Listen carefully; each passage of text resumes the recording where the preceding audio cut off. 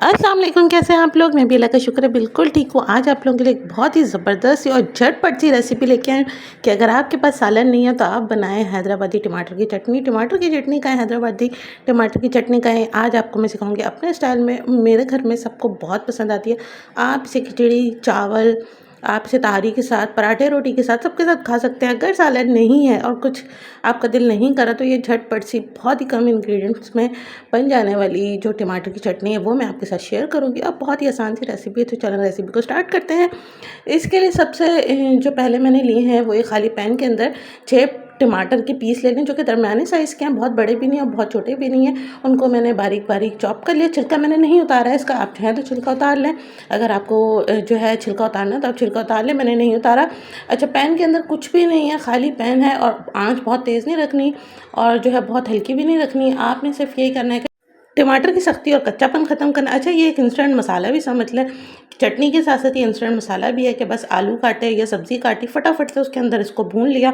दाल या आप चिकन भी इसमें भून सकते हैं, बड़े आसानी से, बड़ा मज़ेदार सा आपका जो है ना सालन तैयार हो जाएगा। अच्छा जी, इसकी जो है ना, आपने जब इसका कच्चापन ख़त्म कर लिया, आपने इसको अच्छे से भून लिया है, तो आपने इसको जो है ना ग्राइंडर के अंदर अच्छे से ग्राइंड कर लेना है, एक पेस्ट बना लेना है। अच्छा, ग्राइंड करते हुए मैंने इसमें जो है ना अदरक लहसुन जो है मैंने वो पीस लिया था साथ ही। आप चाहें तो तड़के में कर लें। बस अब पेस्ट हमारा बन चुका है, मैं लगाऊंगी तड़का। आप थोड़ा सा ऑयल ले लें जिस तरह से हम तड़के में लेते हैं। फिर मैंने इसमें यहाँ पर 1 चाय का चम्मच मैंने जो है ना ज़ीरा ले लिया है। ज़ीरे को अच्छे से कड़कड़ा लें, इसको अच्छे से जो आपने फ्राई कर लेना है, जिस तरह से हम तड़का लगाते हैं दाल के अंदर, इसी तरह से करना है। गोल वाली लाल मिर्च मैंने ली है और जो है मैंने इसमें कड़ी पत्ता लिया है।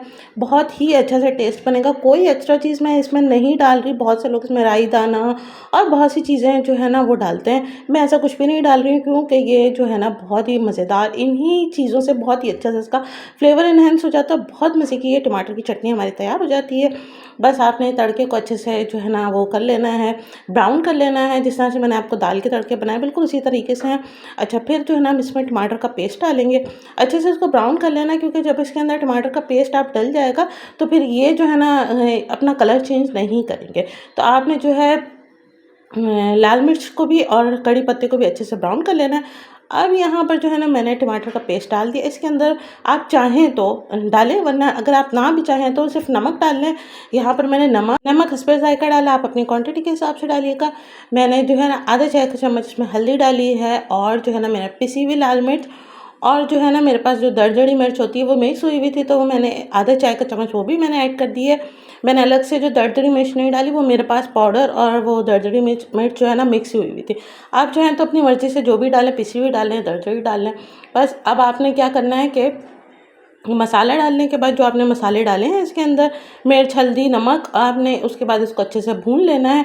आप चाहें तो अगर बहुत ज़्यादा चटपटा चाह रहे हैं तो आप इसमें चाट मसाला डाल लें, नहीं तो बस सही है। यहाँ पर मैं कोई इजाफी चीज़ नहीं डाल रही। ये प्लेट के अंदर थोड़ा सा टमाटर का रस था तो वो भी मैंने कहा इसमें ऐड कर दूँ, ज़ाया करने से अच्छा है। अच्छा, अब यहाँ पर क्या करना है आपने कि इसको थोड़ा सा ना आपने भूनना है, तो ताकि इसका जो पानी है वो भी जो है वो अच्छे से ख़त्म हो जाए और जो मसाले हमने डाले हैं वो भी इसमें अच्छे से रच बस जाए और जो तड़का है वो भी अच्छा सा मिक्स हो जाए। बस आपकी समझ लें, ये जो है ना टमाटर की चटनी मज़ेदार सी तैयार है, हैदराबादी टमाटर की चटनी। आप इसे पराठे के साथ भी खा सकते हैं, कंडा उबाल के डालने में बहुत मज़ेदार सा लगता है। और आप इसे रोटी के साथ भी खा सकते हैं, खिचड़ी के साथ भी खा सकते हैं, तारी के साथ, मटर पुलाव के साथ, चने के पुलाव के साथ, किसी के साथ भी खा सकते हैं। चैनल सब्सक्राइब नहीं किया तो चैनल को सब्सक्राइब करें, वीडियो को लाइक एंड शेयर कीजिएगा। बहुत जल्द नई रेसिपी के साथ आऊँगी। अपनी दुआ में याद रखिएगा। अल्लाह हाफिज़।